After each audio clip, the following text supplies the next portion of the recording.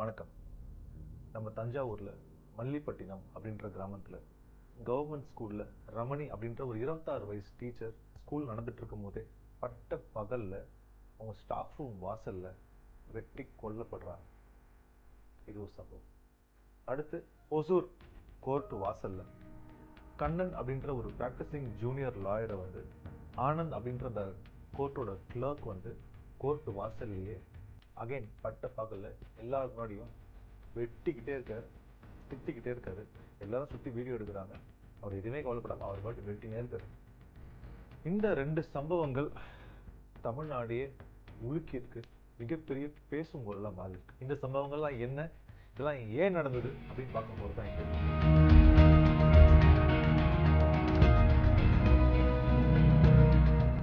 முதல் இன்சிடென்ட் தஞ்சாவூரில் அந்த மல்லிப்பட்டினம் அப்படின்ற கிராமத்தில் எப்பவும் போல் கவர்மெண்ட் ஸ்கூல் நடந்துட்டு இருந்தது. அங்கே ஒரு 26 வயசு பொண்ணு ரமணி அப்படின்றவங்க தமிழ் டீச்சராக வேலை செஞ்சுருக்காங்க. அவங்க சேர்ந்து ஒரு 4 மாதம் தான் ஆகுது. டீச்சர் ட்ரைனிங் முடிச்சுட்டு ஒரு தமிழ் டீச்சராக வேலை பண்ணிட்டு இருக்காங்க அந்த ஸ்கூலில். அவங்கள பார்க்கறதுக்கு மதன் அப்படின்றவர் அந்த ஸ்கூலுக்குள்ளே நிறுத்தி வராரு. அவங்க எங்கே இருக்காங்க விசாரித்து அவங்கள தேடி கண்டுபிடிச்சி ஸ்டாஃப் ரூமில் தான் இருக்காங்கன்றதை கண்டுபிடிச்சி ஸ்டாஃப் ரூம் கிட்ட போயிட்டு அவங்கள வெளியே வர சொல்கிறாரு. அவங்களையும் ஒரு பார்த்தோன்னே பதட்டமாக வெளியே வராங்க. வெளியே வந்த உடனே உள்ளே வச்சிருந்த கத்தியை எடுத்து மாதிரியாக அவங்கள வெட்ட ஆரம்பிக்கிறாரு இந்த மதன். அவங்க துடிச்சு கீழே விழுந்து ரத்தம் வெள்ளத்தில் துடிச்சிட்டு இருக்காங்க. இந்த சத்தத்தை கேட்டு ஸ்டூடெண்ட்ஸு ஸ்டாஃப் எல்லாம் வெளியே பார்க்குறாங்க. அந்த மதன் ஃபுல்லாக குத்தி முடிச்சுட்டு எஸ்கேப்பை ஓடிட்டார். அந்த ரமணின்றவங்க துடிச்சு கீழே ரத்தம் வெள்ளத்தில் செத்துட்ருக்காங்க. அதை பார்த்தோன்னே எல்லாரும் அவங்கள தூக்கிட்டு ஹாஸ்பிட்டலுக்கு ஓடுறாங்க. ஹாஸ்பிட்டலுக்கு கூப்பிட்டு போய் டாக்டர் செக் பண்ணும்போது டாக்டர் சொல்கிறாங்க அவங்க வர வழியிலே இறந்து போயிட்டாங்க அப்படின்னு சொல்கிறாங்க. இந்த கொலைக்கு, இந்த ஒரு ப்ரூட்டாலிட்டிக்கு, இந்த ஒரு சைக்கோபேத் பிஹேவியருக்கு என்ன ரீசன் பார்த்தீங்கன்னா 2 வேர்ஷன் சொல்லப்படுது, 2 கதைகள் சொல்லப்படுது. ஃபஸ்ட்டு என்னென்னு பார்த்தீங்கன்னா, இந்த ரமணியும் மதனும் ரொம்ப காலமாக லவ்வர்ஸாக இருந்தாங்க. அதுக்கப்புறம் இந்த ரமணிக்கு வேலை கிடச்சோடனே இந்த லவ் மேரேஜை கொண்டு போகலாம், கல்யாணம் பண்ணிக்கலாம்னு முடிவு பண்ணாங்க. இது சம்மந்தமாக மதனோட ஃபேமிலி ரமணியோட ஃபேமிலி மீட் பண்ணி பொண்ணு கேட்டிருக்காங்க. பட் ரமணியோட ஃபேமிலி நாங்கள் இந்த மதன்ற பையனுக்கு பொண்ணை கொடுக்கவே மாட்டோம் அப்படின்னு ஸ்ட்ரிக்டாக சொன்னதாகவும், இதனால் ரமணியும் தான் பேரண்ட்ஸை மீற முடியாது அப்படின்ட்டு மதன்கிட்ட ஸ்ட்ரிக்டாக சொன்னதாகவும், இது மதனை ரொம்ப கோவப்படுத்திடுச்சு. அதனால தான் இந்த கொலையை பண்ணா அப்படின்ட்டு ஒரு வேர்ஷன் சொல்லப்படுது. இன்னொரு வேர்ஷன் என்னென்னா, மதனுக்கு இந்த ரமணி மேலே ஒரு பயங்கரமான லவ். இது சம்மந்தமாக மதனோட ஃபேமிலி ரமணியை அப்ரோச் பண்ணி, ஏமா என் பையனுக்கு ரொம்ப பிடிச்சிருக்கோன்னே நீ என் பையனை கல்யாணம் பண்ணிக்கணும்னு சொன்னதாகவும், அதுக்கு ரமணி இல்லைங்க எனக்கு செட் ஆகாது, என் வீட்டில் ஒத்துக்க மாட்டாங்க, அதனால் இந்த கல்யாணத்துக்கு என்னால் ஒத்துக்க முடியாது, மதனை நான் கல்யாணம் பண்ண முடியாது அப்படின்ட்டு அவங்க தெளிவாக சொன்னதாகவும், இது இந்த மதனை பயங்கர கோவப்படுத்தினதாகவும், அந்த கோவத்தோட வெளிப்பாடாக தான் உடனே அடுத்த நாளே இந்த கொலையை அந்த மதன் பண்ணியிருக்கான் அப்படின்ட்டு இந்த 2 வேர்ஷன் சொல்கிறாங்க. இந்த மாதிரி இந்த லவ் சம்மந்தப்பட்ட கொலைகள் நடக்கும்போது எனக்கு மைண்டில் 2 விஷயம் தான் ஓடும். ஒன்று, அந்த பொண்ணு அந்த பையன் நிஜமாலே சின்சியராக லவ் பண்ணியிருப்பா. ஒரு சில காரணங்களால அந்த லவ் மேரேஜ் கொண்டு போக முடியாத ஒரு காரணமாக இருக்கும். அது வீட்டில் இருக்கிற பிரச்சனைகளாக இருக்கலாம், இல்லை வேறு ஏதாவது பிரச்சனைகளாக இருக்கலாம். ஏதோ மிக முக்கியமான ஒரு காரணம் இருக்கிறதுனால தான் அந்த பொண்ணு அந்த பையன்கிட்ட நோ சொல்கிறா. அப்படி நோ சொல்கிற பொண்ணை கொலை பண்ணுறது எந்த வகையில் நியாயம்? இது ஒரு பாயிண்ட். இன்னொன்று, அந்த பொண்ணு இந்த பையனை ஏமாத்துறானே வச்சுப்போமே, அந்த பொண்ணு லவ்னு போய் சொல்லி இந்த பையனை யூஸ் பண்ணி ஏமாத்திட்டா அப்படின்னே வச்சுப்போம். அப்படி ஏமாத்துற பொண்ணுங்களும் இந்த ஊரில் இருக்க தான் செய்கிறாங்க. ஸோ அப்படி அந்த பொண்ணு ஏமாத்திட்டானே வச்சுப்போமே, அந்த பொண்ணை கொலை பண்ணுறது எந்த வகையில் தீர்வாகும்? எனக்கு புரியுது, ஒரு பையனுக்கு பிரேக்கப்புன்றது, ஒரு லவ் பிரேக்கப்பு அப்படின்றது எவ்வளோ வலிக்கும், எவ்வளோ கஷ்டம், எவ்வளோ ட்ராமாவாக இருக்கும். அவன் ரெஸ்ட் ஆஃப் த லைஃப்பில் அது ஒரு ரணமாகவே இருக்கும். அது கடந்து வரதுக்கு பல வருஷங்கள் ஆகும் அப்படின்ற எல்லா பிரச்சனைகள் எனக்கு புரியுது. பட் அதுக்கு தீர்வு எப்படி கொலையாகும்? இப்போ அந்த பொண்ணு செத்து போச்சு, அந்த பொண்ணோட ஃபேமிலியே பாவம் அழிஞ்சா மாதிரி ஆயிடுச்சு. இப்போ நீ என்னப்பா சாதிச்சிட்ட? இப்போ உனக்கு என்ன கிடச்சிச்சு? இப்போ நீயும் ரெஸ்ட் ஆஃப் த லைஃப் ஜெயிலில் இருக்க போகிற. உன் குடும்பத்தாளுங்களும் கோர்ட்டு ஜெயிலுன்னு பல வருஷம் அலைய போகிறாங்க. இப்போ இந்த கொலைனால் யாருக்கு என்ன நல்லது நடந்தது? அந்த பொண்ணு அந்த குடும்பமும் காலி, நீயும் உன் குடும்பமும் காலி, எல்லாமே அழிஞ்சு போச்சே. இதில் யாருக்கு என்ன பிரயோஜனம்? ஸோ என்னென்னா, என்னை வேணாம் சொன்ன பொண்ணு நான் கொலை பண்ணிட்டேன் அப்படின்னு ஒரு ஈகோ சாட்டிஸ்ஃபேக்ஷனுக்கு மட்டும் தான் இதெல்லாம் நடக்குதா? அப்படி ஈகோவை குப்பையில் தூக்கி போடணும். எதுக்குமே பிரயோஜனம் கிடையாது. அண்ட் இந்த சம்பவத்தை நேரில் பார்த்த அந்த ஸ்கூல் ஸ்டூடெண்ட்ஸாக இருக்கட்டும், அந்த மற்ற டீச்சர்ஸாக இருக்கட்டும், அந்த டீச்சர் துடிச்சு சாவதை நேரில் கண்ணில் பார்த்த அந்த மக்களுக்கு அந்த விஷுவல்ஸ் எப்படி அவங்க மைண்டு விட்டு போகும், அது எவ்வளோ பெரிய ட்ராமாவும் அவங்க மைண்ட்லேயே ஃபிக்ஸ் ஆகிடும். அதுலேருந்து வெளியே வரதுக்கு அவங்களுக்கு எவ்வளோ வருஷம் ஆகும். சில பேரால் வெளியே வர முடியாமல் கூட போகலாம். பட் நல்ல விஷயமா நம்ம கவர்மெண்ட் அவங்களுக்குலாம் ஒரு கவுன்சிலிங் ஒன்று ஏற்பாடு பண்ணுறதா சொல்லியிருக்காங்க. பட் என்ன தான் கவுன்சிலிங் ஏற்பாடு பண்ணாலும் அதுலேருந்து வெளியே வரதுக்கு எல்லாராலையும் முடியுமான்றது ஒரு மிகப்பெரிய கேள்வியாக தான் இருக்க போகுது. அடுத்த சம்பவம், இதே மாதிரி ஒரு சம்பவம் ஹொசூரில் நடந்திருக்கு. அந்த ஹொசூர் கோர்ட் வாசலில் நடந்திருக்கு, பட்ட பகலில்.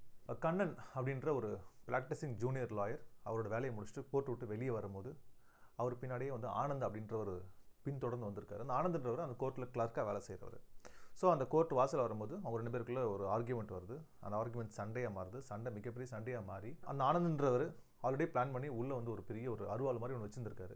அந்த அருவாளை உடனே வெளியே எடுத்து அந்த கண்ணனை வந்து சரமாரியாக வெட்ட ஆரம்பிக்கிறாரு.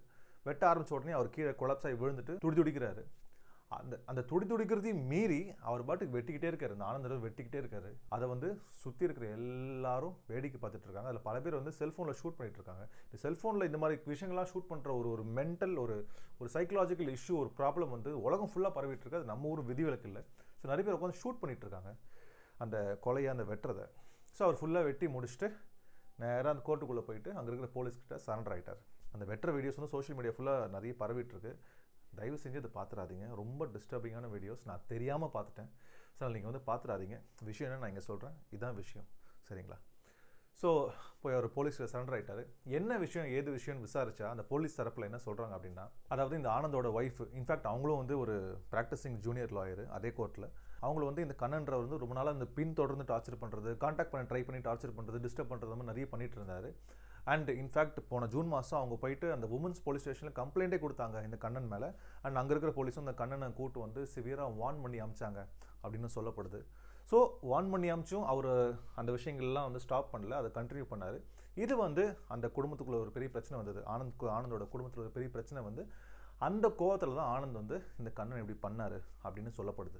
அந்த வெட்டு வாங்கின கண்ணன் அப்படின்றவர் வந்து ஒரு ப்ரைவேட் ஹாஸ்பிட்டலில் ரொம்ப சீரியஸான கண்டிஷனில் இருக்கார். அண்ட் வெட்டின ஆனந்த் அப்படின்றவர் வந்து போலீஸ் கஸ்டடியில் இருக்கார்.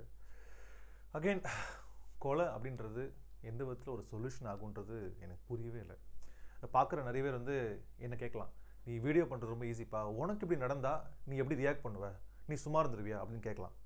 நான் உண்மையாக சொல்கிறேன், என் ஒய்ஃபை ஒருத்தன் இப்படி நிஜமாலே டார்ச்சர் பண்ணுறான் அப்படின்னா நான் அதை வேறு விதமாக டீல் பண்ணுவேனே ஒழிய கண்டிப்பாக கொலைன்ற விஷயத்தை நான் கையில் எடுக்க மாட்டேன். ஏன்னா எனக்கு என் ஒய்ஃப் முக்கியம், என் குடும்பம் முக்கியம், அவங்க கூட நான் சந்தோஷமாக வாழணும் அப்படின்றது முக்கியம்னா அதுக்கு என்ன வழின்றதை பார்ப்பனே வழிய அந்த ஆளை கொலை பண்ணிட்டு ஜெயிலுக்கு போயிட்டு என் குடும்பத்தை கஷ்டப்படுத்துறதை நான் ஒரு ஆப்ஷனாகவே நினைக்க மாட்டேன். ஸோ இந்த 2 சம்பவம் நடந்ததுக்கப்புறம் வந்து இந்த லாஸ்ட் வீக்கும் உங்களுக்கு ஞாபகம் இருக்கும், ஒரு கவர்மெண்ட் ஹாஸ்பிட்டலில் போயிட்டு ஒரு பையன் ஒரு டாக்டரை குத்தி கொல்ல பார்த்த அந்த விஷயம். ஸோ இந்த சம்பவங்கள்லாம் நடந்த உடனே மக்கள் மத்தியில் ஒரு என்ன கருத்துனா, எல்லா இடத்துலையும் வந்து போலீஸ் அப்பாயிண்ட் பண்ணுங்கள், இந்த கவர்மெண்ட் ஸ்கூல்ஸ், கவர்மெண்ட் ஹாஸ்பிட்டல்ஸ் எல்லா இடத்துலையும் ஒரு போலீஸ் அப்பாயிண்ட் பண்ணுங்கள், அப்போ தான் வந்து ஒரு செக்யூரிட்டி இருக்கும் அப்படின்றாங்க. பட் அது ப்ராக்டிக்கலாக எந்த அளவுக்கு பாசிபிள் அப்படின்றது எனக்கு புரியல. ஏன்னா கவர்மெண்ட் ஸ்கூல்ஸ் பார்த்தீங்கன்னா பிரைமரி ஸ்கூல், செகண்டரி ஸ்கூல்ஸ்லாம் சேர்த்து மொத்தம் 35,000 ஸ்கூல்ஸ் இருக்கான் தமிழ்நாட்டில். அண்ட் கவர்மெண்ட் ஹாஸ்பிட்டல்ஸ் பார்த்தா அந்த பிரைமரி ஹெல்த் கேர் அதான் எல்லாம் சேர்த்து கிட்டத்தட்ட ஒரு 3,000 ஹாஸ்பிட்டல்ஸ் இருக்குது. ஸோ 35+3 ஒரு 38,000 இன்ஸ்டியூஷன்ஸ் இங்கே மட்டுமே இருக்குது. ஸோ ஒரு இடத்துல ஒரு போலீஸ்னு போட்டாலே கிட்டத்தட்ட 40,000 போலீஸ் தேவைப்படுவாங்க. நம்மகிட்ட வேலை செய்கிறது பார்த்தீங்கன்னா ஒரு 1.25 லட்சம் போலீஸ். இதில் ஒரு 40,000 போலீஸ் நம்ம இங்கேயே போட்டோம்னா மிச்சம் இருக்கிற 1 லட்சம் போலீஸை வச்சு நம்ம ஸ்டேட்டை ரன் பண்ணி ஆகணும். ஸோ அதனால் எல்லா இடத்துலையும் போலீஸ் அப்பாயிண்ட் பண்ணுறது அப்படின்றது ப்ராக்டிக்கலி பாசிபிள் இல்லை அப்படின்றது தான் என் கருத்து. But at the same time security ரொம்ப ரொம்ப முக்கியம், சேஃப்டி ரொம்ப ரொம்ப முக்கியம். இந்த மாதிரி பொது இடங்களில் இந்த மாதிரி சம்பவங்கள் நடக்கிறது வந்து தடுத்தே ஆகணும், உடனடியாக ஸ்டாப் ஆகியே ஆகணும். அதுக்கு என்ன சொல்யூஷன் கொண்டு வரலாம், என்ன சிஸ்டம் கொண்டு வரலாம் அப்படின்றத நம்ம கவர்மெண்ட்டு உடனடியாக டிஸ்கஸ் பண்ணி ஒரு சொல்யூஷன் கொண்டு வந்து ஆகணும் அப்படின்றது என்னோட ரிக்வெஸ்ட். இந்த நந்தன் டாக்ஸ் சேனலை மறக்காமல் சப்ஸ்கிரைப் பண்ணுங்கள். உங்கள் சப்ஸ்கிரிப்ஷன் அண்ட் வியூஸ் தான் என்னையும் இந்த சேனல்லையும் வளர்க்கும். தேங்க்யூ.